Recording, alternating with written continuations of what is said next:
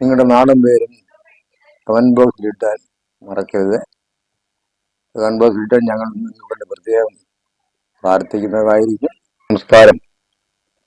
2025 March 29 ഇപ്പൊ നിൽക്കുന്ന ശനി കുംഭൻ രാശിയിൽ നിന്ന് മീനം രാശിയിലേക്ക് മാറും. 2.5 വർഷം ആ ശനി ധനു രാശിയിൽ വ്യാഴത്തിന്റെ രാശിയിൽ നിൽക്കും. വിഷയാർത്ഥിക്കാരും അനുഭവം കേട്ട് ഈ 3 നാളിന്റെ ശനി മാറ്റം കൊണ്ടുള്ള അനുഭവം നമ്മളുടെ വിചാരിക്കുന്നത്. ഔദ്യോഗികമായ ഉയർച്ച ഉണ്ടാകാൻ ഇടയുണ്ട്. പുണ്യ തീർത്ഥ യാത്ര ഉണ്ടാകും. കർമ്മമണ്ഡലം വിപുലീകരിക്കും. മേലുദ്യോഗസ്ഥരുടെ പ്രശംസ ലഭിക്കും. ഏറ്റെടുക്കുന്ന ജോലി ഭംഗിയായി ചെയ്ത് തീർക്കും.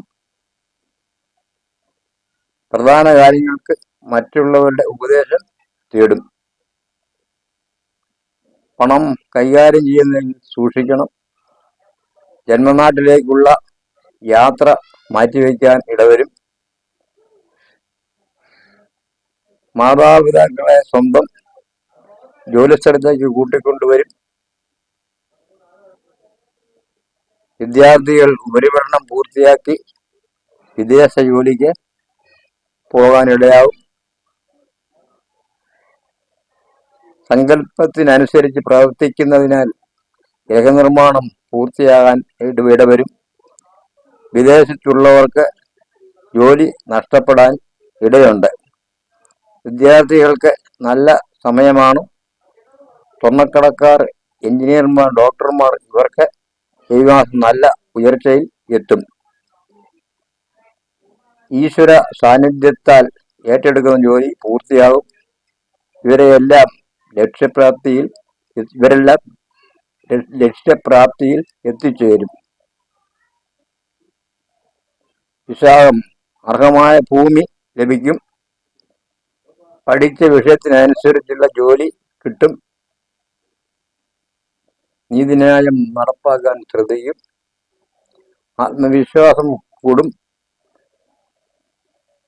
ക്രമാതീതമായ പുരോഗതി എല്ലാ കാര്യങ്ങളിലും വന്നു ചേരും. മറ്റുള്ളവരെ പ്രകീർത്തിക്കും. സ്വപ്ന സാക്ഷാത്കാരത്താൽ പല കാര്യങ്ങളും നടപ്പിലാകും. ഭാവിയിലേക്ക് പുതിയ തൊഴിൽ ലഭ്യത ഉണ്ടാകും. സമൂഹത്തിലെ ഉന്നതരുമായി സഹകരണമുണ്ടാകും. മുടങ്ങിക്കിടന്ന വീടുപണി പൂർത്തിയാക്കും. നഷ്ടപ്പെട്ടു പോയ ധനം തിരികെ കിട്ടും. പുതിയ വാഹനം മേടിക്കാൻ ഇടവരും.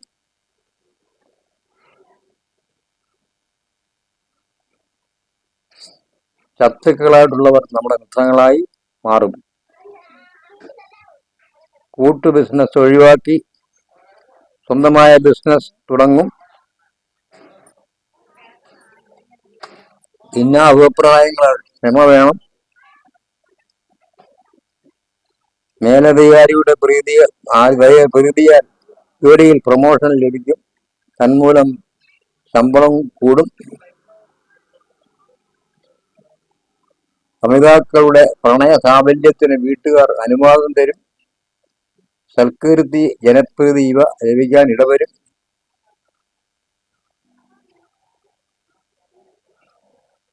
ജീവകാരുണ്യ പ്രവർത്തനങ്ങളിൽ പങ്കെടുക്കും. വളരെ ഗഹനമായ കാര്യങ്ങൾ ഈസിയായിട്ട് അവതരിപ്പിക്കും.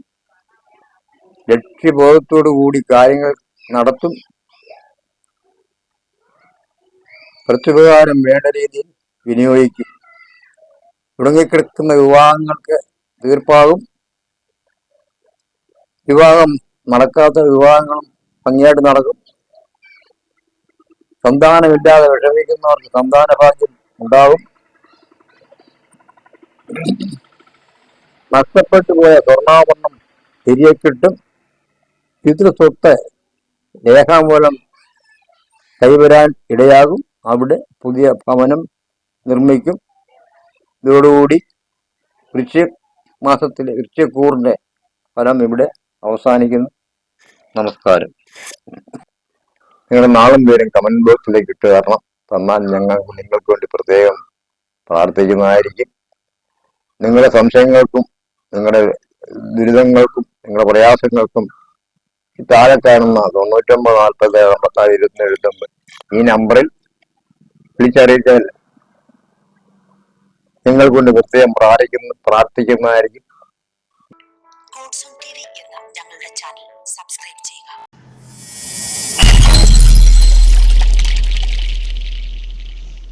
ആയില്യം